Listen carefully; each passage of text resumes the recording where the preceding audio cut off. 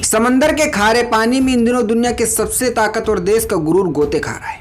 एक तरफ Donald Trump दावा कर रहे हैं कि दुश्मन को पूरी तरीके से मटियामेट कर दिया है और दूसरी तरफ उसी मरे हुए दुश्मन के खौफ से दुनिया भर के मुल्कों के आगे डोनाल्ड ट्रंप झोली फैला रहे हैं। कह रहे हैं कि भैया अपने जंगी जहाज भेजकर हमारी इज्जत बचा लो। अमेरिका और ईरान की इस लड़ाई को 16 दिन हो गए। ट्रंप साहब ने अपने सोशल मीडिया पर ऐसा सच उगला जो खुद में एक बड़ा मजाक लगता है। सीना ठोक कर कह रहे हैं कि ईरान की 100% फौज और ताकत खत्म कर दी है। लेकिन जरा ठहरिए, अगर फौज खत्म हो गई तो फिर ये मिसाइलें और ड्रोन कौन दाग रहा है?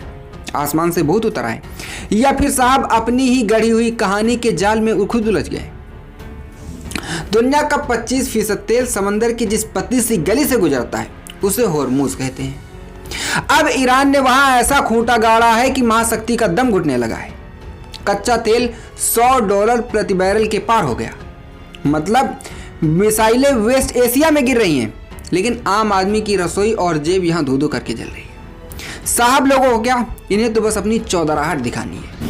वाशिंगटन के हुक्मरानों, जब तुम्हारी सेनाओं ने सब राख ही कर दिया तो अब चीन, जापान और कोरिया के दरवाजे पर गुहार क्यों लगा रहे हो?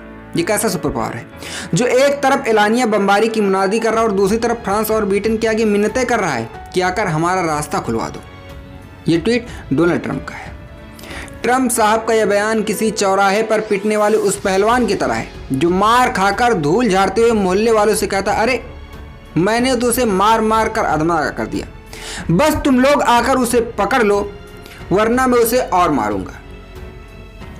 1-2 ड्रोन और पानी में बिछी माइंस कहकर वो जिस खतरे को मामूली बता रहे हैं, असल में उसी ने उनके सुपर पावर होने की हवा निकाल दी है।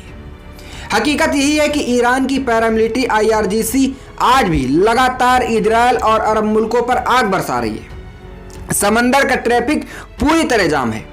अब सवाल यह है कि क्या सचमुच चीन या जापान अपना जंगी जहाज उतार कर इस पराये मुल्क की आग में हाथ डालेंगे या फिर होर्मुज की ये लहरें किसी महाशक्ति के गुरूर का नया कब्रिस्तान बनेंगी?